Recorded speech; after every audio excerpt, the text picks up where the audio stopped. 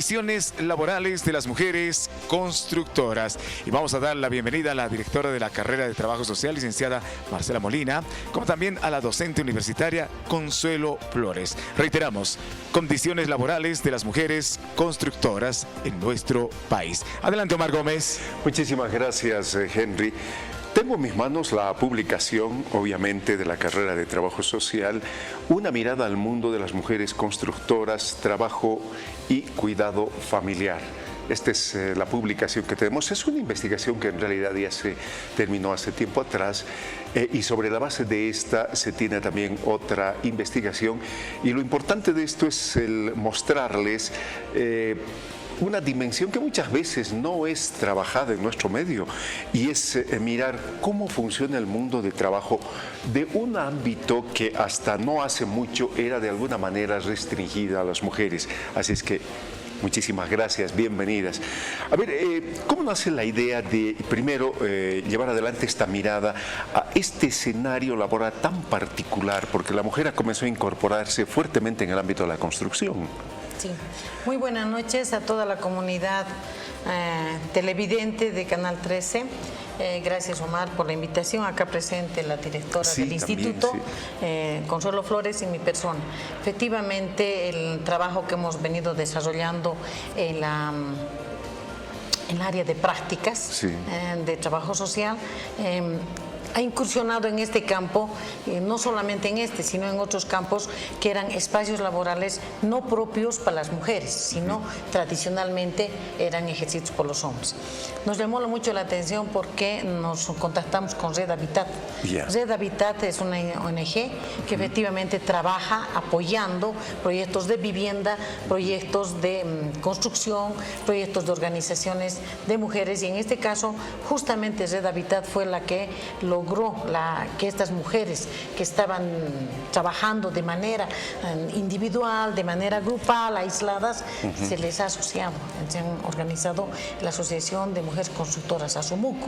Es a partir de Red Habitat que han empezado a establecer una serie de conexiones y redes, incluso con las empresas constructoras. Hoy por hoy estas mujeres constructoras trabajan en programas de la alcaldía, del municipio, trabajan en las empresas grandes constructoras como Sinal, como las otras empresas que existen, porque ya se han capacitado, ya no son las mujeres que empedraban, ya no son las mujeres que hacían cordón de acera, simplemente ahora ya compiten con los varones, son maestras pintoras especializadas en conexiones eléctricas, especializadas en todo lo que es el trabajo de la construcción, se capacitan todos los sábados y lógicamente son las empresas, la Asociación de Ingenieros, que también de alguna manera ha coadyuvado para que este sector poblacional no sea ya un grupo aislado, sino sea un grupo organizado realmente de mujeres que con su capacidad puedan competir y puedan acceder a proyectos de construcción. ¿Qué dimensiones primero estudian acá? Es decir, ¿qué facetas de ese mundo laboral? Bueno, en primer lugar nos interesa la trayectoria laboral. ¿Cuál es la trayectoria laboral de estas mujeres y por qué han escogido el campo de la construcción? Dentro de esa trayectoria laboral muchas mujeres, como se dice, ¿no?, han dejado el mandil, eran empleadas domésticas algunas, otras estaban influenciadas por el esposo, que es albañil, entonces han empezado a tener una trayectoria laboral como ayudantes de albañilería, ¿no? Y poco a poco se han ido capacitando, ¿no? Entonces, en esa trayectoria laboral también ha habido muchas incidencias, digamos, que ha habido mayor demanda de la mano de obra, ¿no?, en el mundo de la construcción. Ha crecido bastante, especialmente en La Paz. Entonces, ha absorbido mayor demanda de mano de obra, y justamente estas mujeres son las que menos son retribuidas económicamente, entonces, y han ingresado en grandes, digamos, contingentes a la construcción, porque abarataba los costos por un lado, y por otro que ya no solamente eran ayudantes, sino ya tenían alguna, no diríamos oficio, pero ya se estaban capacitando. Entonces, ese impacto en la construcción ha sido muy importante, porque aparte de trabajar, digamos, como ayudantes o como con tareas importantes dentro de la construcción. Sin embargo, no dejaban el trabajo doméstico, porque al final de la jornada laboral el jefe le decía, recoge, por favor, limpia esto, los escombros que han dejado, barré. Entonces estaba incorporado lo que es el trabajo doméstico. Entonces, ese fue un poco lo que llamó la atención en esta trayectoria laboral. Y además, otro dato novedoso que está acá es que no solamente la trayectoria laboral está dentro de lo que es el rubro de la construcción, sino que también hemos indagado y que hay una que se lo denomina la pluriactividad, que estas señoras los fines de semana no van a la casa a descansar, sino van a la casa y pueden salir a la feria a vender de su barrio, o pueden ir a las ferias de las zonas y ganarse, vender fruta, producir algún pan. Entonces, interesante este tema. Ahora, ¿cómo articulamos este tema de las mujeres? Porque resulta ser que la mujer, probablemente por la lógica como evolucionó nuestra sociedad, estaba fundamentalmente vinculada al tema del cuidado, el cuidado familiar. Entonces, ¿cómo miden o cómo miran en esta primera investigación esa relación? Es decir, inserción en el mercado de la construcción y en estas otras actividades, y cómo se desplazan en el mundo del cuidado familiar. Es algo increíble, pero es cierto. Las mujeres se recargan otro trabajo más, porque las tareas de cuidado no las han descuidado. Ellas siguen asumiendo las tareas del cuidado. Ellas son mujeres, madres, esposas, que preparan los alimentos, se levantan, descansan poco, se levantan 4 de la mañana, preparan sus alimentos, dejan a sus hijos todo organizado para salir a trabajar a las 6 de la mañana y llegar a sus fuentes laborales a las 8 de la mañana. La mayor parte de la gente vive en la ciudad del Alto, también vive en los contornos periféricos de aquí de la ciudad. Y sus trabajos no solamente son ahí, son en la zona sur, son en algunos distritos de aquí de la zona de Sopocachi. Entonces, ellas asumen la tarea de cuidado y aparte reproducen, ayudan en el proceso de reproducción social, económica y también familiar en el trabajo que desarrollan. Entonces, no han descuidado las tareas de cuidado. Ahora, pero eso debe tener algún impacto, ¿no? Porque una cosa es estar haciendo un seguimiento al hogar minuciosamente, y otra cosa es, porque yo me imagino que debe haber algún nivel de delegación también, es decir, hermanos mayores cuidan de los menores. ¿Se da este tipo de características? Evidentemente, ¿no?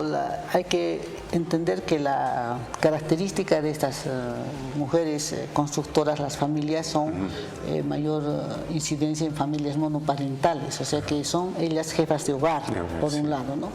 Y otro es la delegación del cuidado al hijo mayor o algo, no implica responsabilidad, porque si pasara algún accidente es ella la responsable. Claro. O sea, el cuidado familiar no se da en términos que nosotros esperábamos encontrar, por decir, ¿no? Sí. Que el hijo sea responsable, que haga, etcétera. No. Si pasara algún incidente es la responsable directamente en la mujer. Entonces, son tareas muy puntuales que a veces los hijos ayudan en el hogar, como calentar la comida porque ya estaba hecha, o cuidar que su hermano no salga, pero de ahí no pasa que haga las tareas, etcétera. Entonces, todo ese trabajo recae en la mujer. Hoy en día hay mucha incidencia en lo que es la economía del cuidado, como se la conoce, ¿no? Sí. Sin embargo, nosotros hemos encontrado ahí que estas mujeres, hay un falso cuidado, decíamos, ¿no? Porque ¿qué haces fin de semana, por si no? Sí. ¿Compartes con tus hijos algo? Sí, dices, no, yo me preparo tempranito, me levanto, hago la comidita y me voy al zoológico, me voy con mis hijos, pero yo cocino. Entonces, nosotros lo hemos denominado en el libro como un falso cuidado, porque no hay un autocuidado. En el momento, por ejemplo, cuando ella se enferma, ¿quién le atiende? Nadie. Nadie le atiende, y entonces ella dice, no puedo enfermarme, porque si no dejo de trabajar y ¿quién va a atender a mis guaguas? Entonces, hoy en día se está valorando mucho la economía del cuidado, el cuidado de la familia. Sin embargo, esto no es reconocido, y ese es el problema, ¿no? Entonces, este libro ha tenido mucho impacto justamente en ese rubro, porque nosotros estamos demandando al Estado la incidencia de un reconocimiento en lo que es la economía del cuidado o el cuidado familiar, ¿no? Que las horas de trabajo, por ejemplo, que ya no sean 8, en estas mujeres, ¿no? De familias monoparentales que son jefas de hogar, que sean solo 7, que reconozcan 1 hora en el cuidado a la familia. Esa es la incidencia, digamos, de esta investigación, y eso es lo que estaban demandando las mujeres, ¿no? Entonces, a esa línea estábamos. Ahora, otra dimensión de ver este tema, es decir, ¿cómo ha sido la absorción? Es decir, el otro lado. Porque, claro, hay relaciones muy singulares en el tema de la construcción con no sé si es el término capataces, si tienen niveles más, etcétera, etcétera. ¿Cómo ha sido la relación en este tipo, desde el propio dueño de la empresa, los diferentes niveles que hay de organización en la construcción? ¿Cómo han asumido, cómo han visto esta incorporación?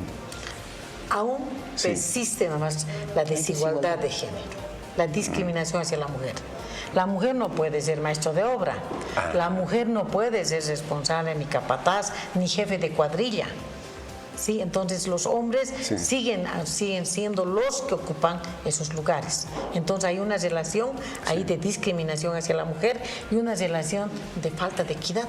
No obstante que el trabajo que hacen también las mujeres trabajan igual, responde igual que el varón, pero no, la discriminación es que el varón tiene que ser el jefe de cuadrilla, el maestro constructor, el contratista. Entonces, no obstante que las mujeres se han organizado, todo, ya han accedido, ya han subido de nivel, ya no son las simples barrenderas, ya no son las simples empedradoras, no, ahora ya son también, se toman en cuenta para la pintura, para la electricidad, para la conexión domiciliaria, para el machimbrado, para todo, o sea, ya han ido tecnificando, pero no todavía para acceder a esos puestos de mando. ¿Y la relación económica, es decir, las mujeres en este rubro ganan menos que los varones? Sí. Es así, por ejemplo, un peón que sería digamos, un empleado de base en la construcción, entonces tiene un jornal de 15 bolivianos y la mujer solamente 12. Entonces más o menos es así, es la simetría, no hay equidad de género en eso, ¿no? Por el mismo hecho de que es mujer.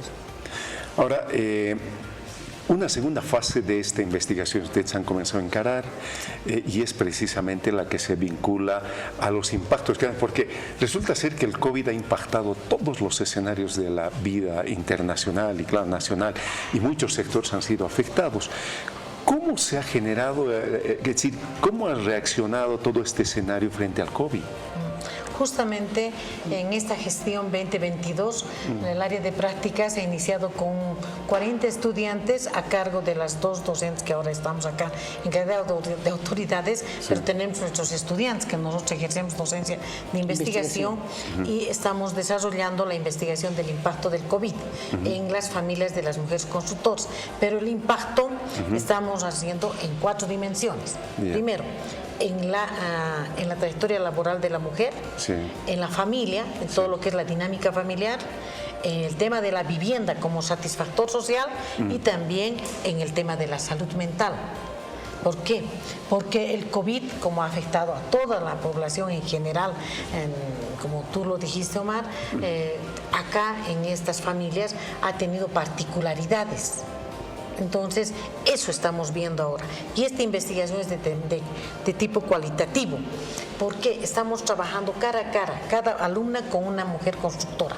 ¿Para qué? A través de una entrevista, a través de una entrevista en profundidad, a través de un testimonio de vida que nos están brindando, vamos a conocer todos estos pormenores en estas 4 dimensiones que estamos trabajando. Ya deben tener por lo menos algunos perfiles que han comenzado a mirar. Sí, evidentemente ya se está trabajando dentro de lo que es, por ejemplo, de lo que es la salud mental, ¿no?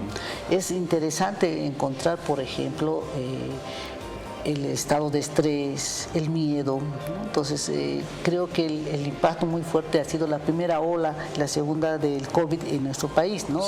En Bolivia, porque no estábamos preparados, el sistema de salud estaba...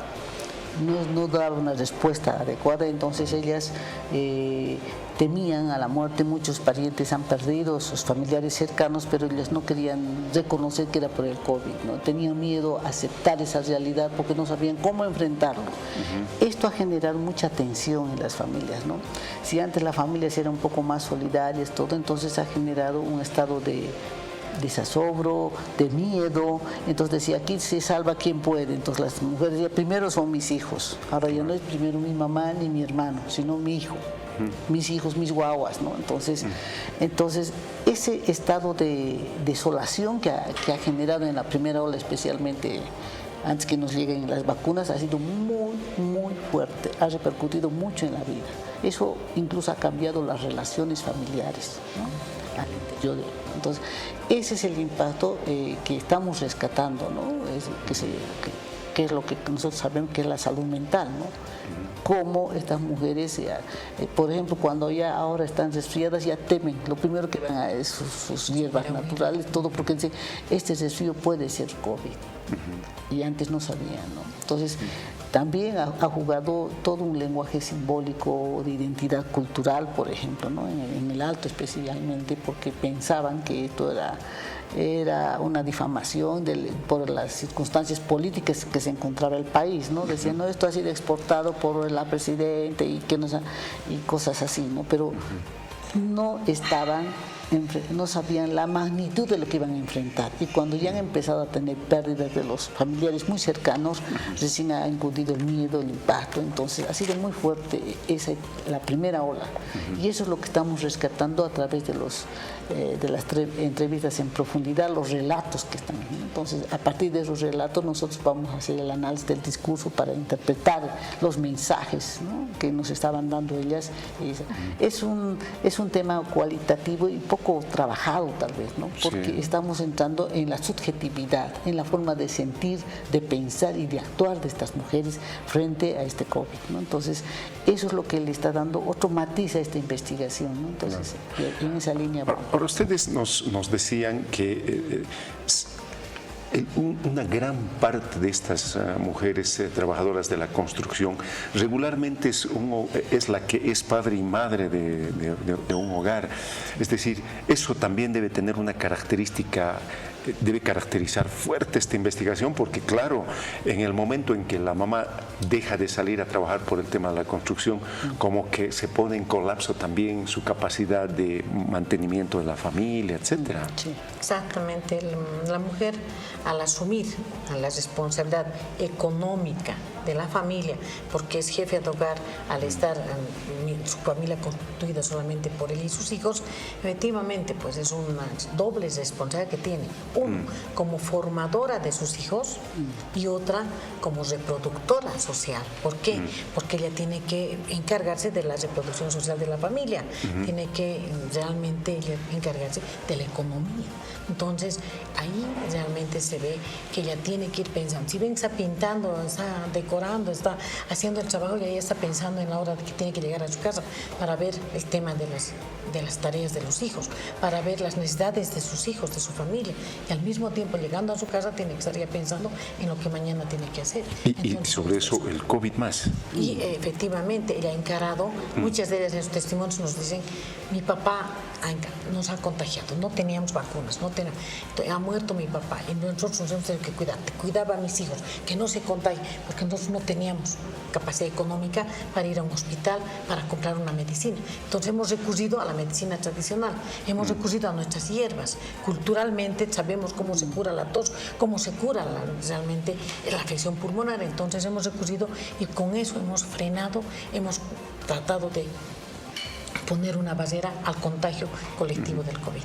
¿Qué fases más faltan en seguir en esta investigación? En este caso sería en esta segunda fase de investigación. Sí, hay un tema muy profundo que tal vez, y para todos es de conocimiento, es la violencia intrafamiliar y los feminicidios, ¿no? Sí. Y en este caso las mujeres vivir en cautiverio, diríamos, en esta cuarentena, han nomás reproducido relaciones de conflicto, de dificultad, problematizadoras, porque quién pone la mesa, quién sale a vender, quién se encarga del cuidado del hogar, y entonces ha generado una serie de violencias. Pero cuando hablamos de violencia intrafamiliar, no solamente nos referimos a la relación de la pareja, También hay violencia al interior de las familias extensas, ¿no? Decíamos, porque si son monoparentales, pero viven en la casa del papá, del hermano, el otro hermano tiene otra familia y ya ha empezado a generar, ¿no?, ese tipo de conflictos. Hay un porcentaje, no recuerdo, que es más o menos un 30%, sí, que son familias que tienen pareja, ¿no? Y también ellas dicen que han sufrido un tipo de violencia psicológica y más que todo simbólica, dicen, ¿no? Entonces, pero indican también que la violencia física ellas lo han asumido como un desahogo al estrés que vivían, ¿no? Las familias, ellas decían que mi marido se ha enojado fuerte porque no había que comer y por eso me ha golpeado. O sea, como tratar de justificar la agresión en ese momento, ¿no? Y llama la atención en este grupo de mujeres constructoras que en el fondo de todos los testimonios ellas dicen, no es la violencia como dice la prensa. Entonces es un doble discurso ahí que hay que desmistificarlo y hacerlos comprender que el momento que te gritan también es violencia y también hay otros tipos de violencia, no siempre la violencia viene por el lado de la pareja, sino también de la familia misma. Qué interesante, realmente, dimensiones muy, muy interesantes. Actualmente nosotros estamos, para que más o menos quede clara la pregunta, estamos ya en el procesamiento de la información.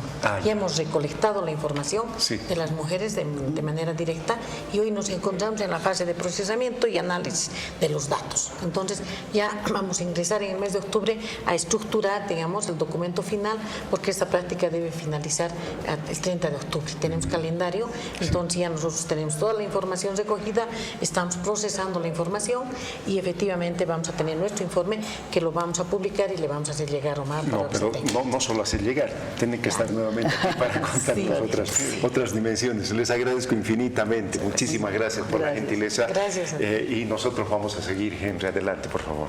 Continuamos compartiendo.